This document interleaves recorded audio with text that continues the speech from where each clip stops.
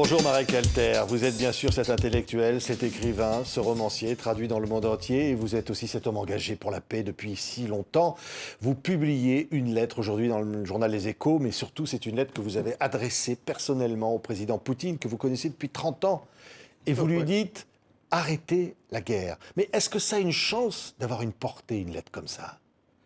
Je pense que oui, je crois beaucoup au pouvoir du verbe. Parler à quelqu'un, le regarder droit dans les yeux. C'est ce qu'il m'a dit un jour Jean-Paul II, le pape que j'adorais, en plus on parlait en polonais, il chantait très bien. Et il m'a dit, tu as agressé mon fils, tu regardes l'agresseur et tu lui demandes pourquoi. Oui. Et il sera troublé. C'est ce que vous faites à Vladimir Poutine. Ouais. Vous dites, vous le connaissez depuis 30 ans personnellement. Ouais. Je l'ai connu, bon, il était maire adjoint de Saint-Pétersbourg, de Sobchak, que vous avez connu, le premier maire démocratiquement élu Saint-Pétersbourg. Et je suis allé avec l'historien François Furet pour inaugurer une université française. C'était l'idée d'André Sakharov. Et il y avait un dîner, et puis entre François Furet, il y a Sobchak d'un côté, il y avait un jeune homme qui était assis là, un peu timide. Là, il est déjà sur la photo, un peu sûr de lui, mais là, il était vraiment timide. Je lui ai demandé qui il était, il a dit Vladimir Poutine. Qu'est-ce que vous faites? Je travaille avec les maires, responsable des affaires internationales. Vous parlez anglais, français? Non, l'allemand. Pourquoi l'allemand? Parce que j'étais en Allemagne pendant 6 ans. Vous avez fait quoi là-bas? Il dit, j'étais dans le KGB. J'ai dit, quoi? Ça veut dire, il faut savoir, en 92, hein, moi, je me suis battu pour faire sortir le dissident. Vous étiez sur la liste noire du KGB, vous, Marek. Oui, bien sûr. Parce qu'avec mon ami Bernard Lévy, on est allé en Afghanistan soutenir le commandant Massoud dans la guerre contre l'occupation soviétique. Donc on était sur la liste noire de KGB. Donc vous créez un lien avec Poutine. Et alors, Poutine, me voyant un peu surpris, il dit non, non, pas KGB Goulag. Il dit, j'étais, comme vous appelez ça, James Bond russe. Oui. Et il était content. Oui. Il était James Bond russe. Oui, mais Marek Alter, est-ce que véritablement, aujourd'hui, on pourrait imaginer qu'il puisse être sensible à une lettre comme cette lettre que vous lui adressez? Si tout homme a une conscience, c'est mon principe, tout homme.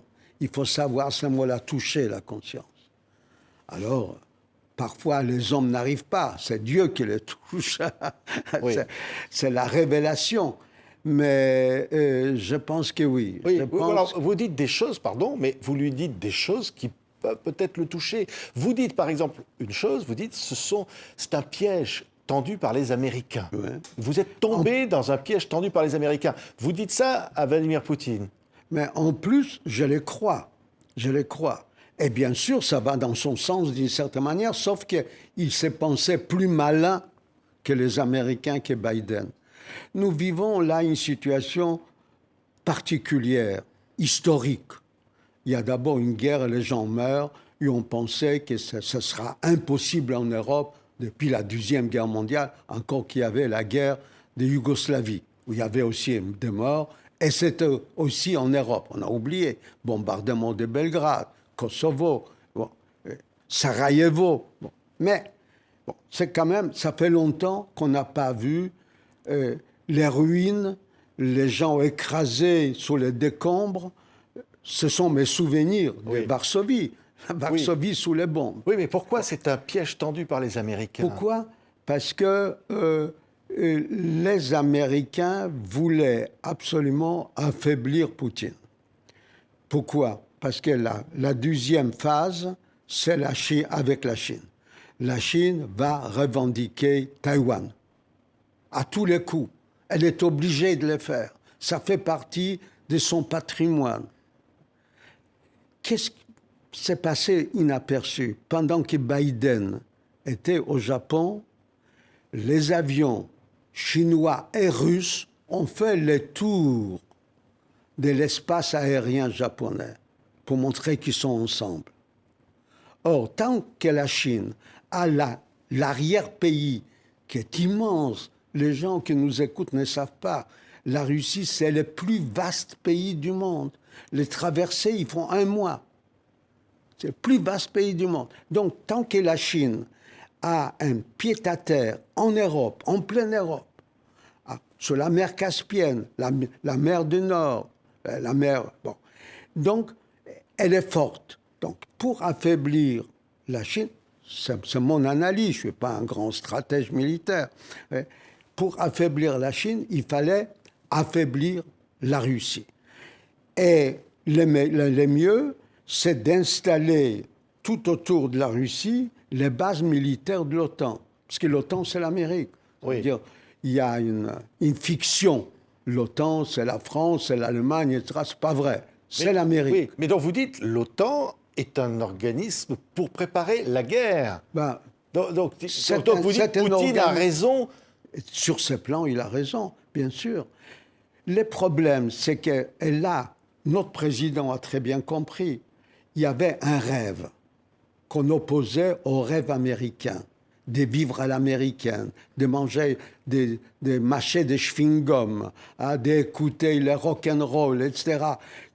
Et là, l'Amérique avait gagné. Vous allez à Singapour, vous descendez de l'avion, vous avez la musique américaine. C'est pas Johnny Hallyday qu'on entend. C'est les chanteurs américains. Donc ça, les Américains ont gagné. Nous, on a opposé un autre rêve, les rêves des Lumières, de Voltaire, de Goethe, de Schoenberg, etc., de Chopin. Ça veut dire un rêve basé sur une culture qui a changé le monde depuis le 14e, 15e siècle. Voltaire, Rousseau, etc. Bon. Donc, et c'était ça l'idée de l'Europe. Proposer autre chose. Et puis, d'un seul coup, avec cette guerre de l'Ukraine, tout bascule. L'Amérique est de retour. C'est l'oncle d'Amérique qui gère la guerre pour les Ukrainiens. Ça veut dire que c'est lui qui vient d'envoyer encore des lance-fusées et avec un commandement, il donne des ordres à Zelensky de ne pas les tirer sur les territoires russes. C'est ça. Donc vous dites aussi, Marek Alter, que les sanctions ne servent à rien. Oui. Alors, les sanctions notamment qui ont fait fermer votre université, par parenthèse. Alors, mais je vous dites que ça ne sert à rien. Là, pour les rêves européens, j'ai écouté un entretien avec les ministres des environnements, je crois, ou aménagement ukrainien. Et on lui demande combien ça coûterait après de reconstruire l'Ukraine. C'est vrai, parce qu'il faudrait reconstruire tout ça. Il y a des gens qui doivent vivre quelque part. Et il commence à compter tant de milliards de dollars, tant de milliards de dollars. Et j'ai dit à un journaliste, vous vous rendez compte? Nous, on rêvait qu'il est 10 ans en euros. L'euro n'existe plus sur le marché. Ça veut dire l'Europe, c'est l'Amérique. Quand vous avez vu la réunion des chefs d'État européens à Varsovie, tous autour de Biden, de l'oncle d'Amérique. C'est lui qui décide. Alors, ça veut dire qu'Emmanuel Macron doit-il aller rencontrer Zelensky bientôt? Il doit aller selon son propre plan. Montrer qu'il n'est pas à... Il a déjà dit, il était contre la guerre, il a condamné la guerre, il a fait tout ce qu'il fallait faire. Oui. Mais il va aller à Kiev avec quelque chose de tangible. Pas « vous devez gagner la guerre ou vous devez mourir ». C'est ce qu'ils disent les Américains. Hein? Nous, on va combattre la Russie jusqu'au dernier Ukrainien. Biden ne veut pas envoyer ses GIs. Il a déjà envoyé en Irak, en Syrie, au Yémen. On a déjà vu les résultats. Donc, c'est ce que j'ai dit à Poutine. Et en continuant la guerre, vous installez les Américains en Europe pour toujours. Pour toujours. Donc, Vous seriez prêt, oui, Marie Calter, vous seriez prêt à aller le lui dire s'il vous invite à Moscou? Ben, bien sûr. Ben, je lui ai déjà dit ça. Bon, mais quand, vous savez, il y a des relations. Je ne suis pas vraiment objectif entre nous. Puis personne ne nous regarde. Je ne suis pas vraiment objectif. Les nazis voulaient me transformer en petite savonnette quand nous avons fui, mes parents et moi, les ghettos de Varsovie. Oui, vous avez connu les nazis ukrainiens. Voilà. Aussi. Les Russes nous ont accueillis. Ça veut dire, je suis vivant grâce à eux. Donc, je les regarde peut-être avec beaucoup plus d'indulgence. Peut-être j'ai tort, je ne sais pas. Je suis reconnaissant à ce peuple extraordinaire qui partageait 50 grammes de pain par jour avec moi. Donc ça veut, 50 grammes. Vous dites, Marie Calter, on n'affamera pas les Russes avec les sanctions. Bien ça sûr. ne sert à rien. Non. Les sanctions donnent les résultats contraires à ce qu'on aimerait. Ça veut dire les Russes qui étaient contre la guerre se serrent les coudes autour de Poutine, puisqu'on ne nous les aime pas. Les Russes regardent les réseaux sociaux et ils voient qu'on congédie les musiciens d'origine russe dans les orchestres français. Qu'ils voient que les restaurants russes ferment ou ils changent de nom parce que ce n'est pas bon de s'appeler Oleg Robinsky, etc. Ils voient ça. Et cette haine qu'ils ressentent, puisqu'en plus, il y a des produits qui disparaissent du marché, les fait au contraire, les rend plus patriotes. Moi, je vois, vous m'avez parlé de 2 universités que j'ai créées avec Andrei Sakharov, c'était l'idée d'Andrei Sakharov, parce qu'il trouvait que la liberté, ça s'apprend. Il n'avait pas tort. Parce que moi, je pensais que ça y est, le communisme est tombé, les Russes veulent la liberté. Il dit non, non, non, non. Il faut leur expliquer ce que c'est. Quelqu'un qui n'a jamais vu d'orange, disait-il, apelsine en russe, ne demandera pas l'orange puisqu'il ne sait pas que ça existe. Il faut l'expliquer, c'est l'éducation. C'est comme ça qu'on a eu l'idée de créer des universités françaises. Bon. Imaginez-vous qu'on allait fêter 30 ans de l'université à Moscou. 92, 30 ans.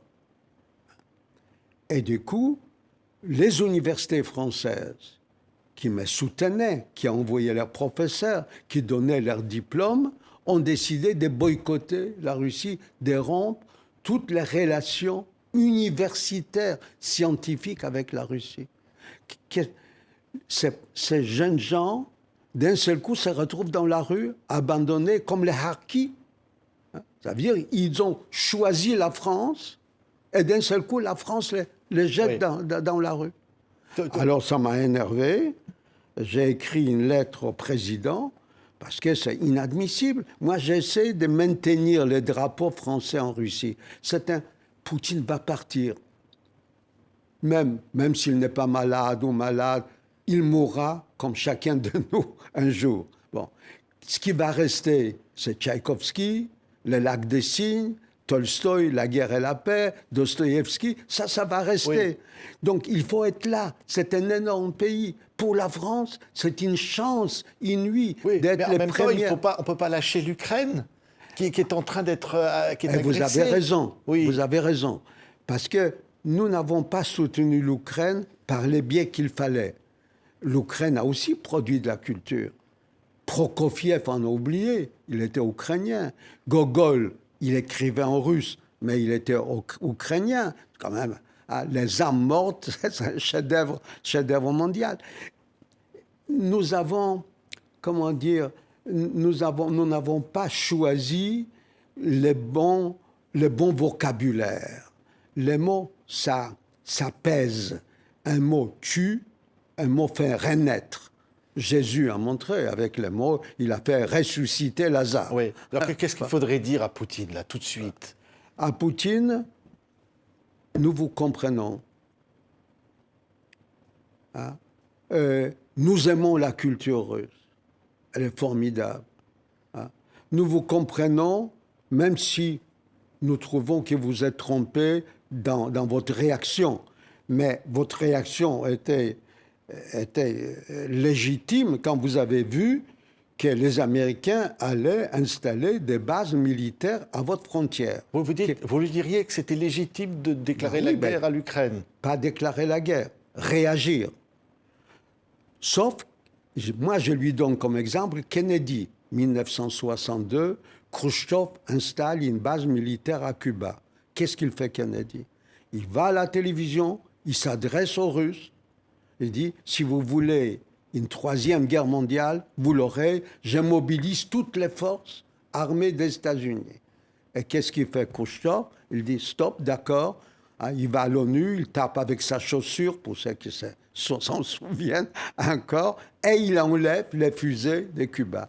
C'est ce qui aurait pu être fait.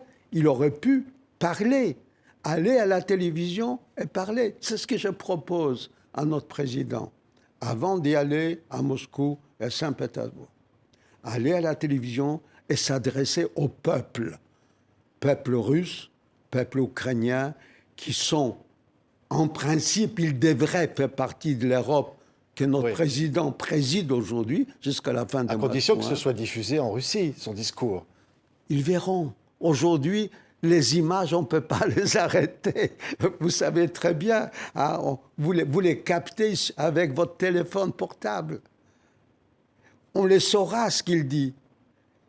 Et les Russes se sentiront, d'une certaine manière, valorisés. Les présidents de la République française, liberté, égalité, fraternité, s'adressent à nous, pas comme des enfants, pas comme des sujets de Poutine, mais un peuple majeur qui a fait l'histoire. Il faut lire Victor Hugo, il neigeait hein, quand notre armée, la déroute de notre armée, avec Napoléon, les grands Napoléons en tête. Ouais. Donc, ils seront sensibles. Et en même temps, parler aux Ukrainiens. Sous la pression de ces deux peuples, les deux dirigeants seront obligés de se parler. Après, c'est à eux de régler les problèmes des frontières, comment dire, des appartenances à des groupes, pas l'OTAN, pas des alliances militaires qui mettent en danger la paix. Parce qu'une alliance militaire, par essence, elle est militaire. Ça veut dire qu'elle prévoit d'autres guerres. Et en prévoyant d'autres guerres, elle provoque d'autres guerres. Restons avec notre rêve de Victor Hugo. Une Europe de lumière et les Ukrainiens et les Russes faisant partie. Merci, Marek Alter. Vous avez publié Un monde sans prophète aux éditions Hugo et Doc, je le rappelle. Merci pour ce témoignage, cette lettre que vous avez adressée au président de la Fédération de Russie, Vladimir Poutine. Merci d'avoir été avec nous aujourd'hui, Marek Alter.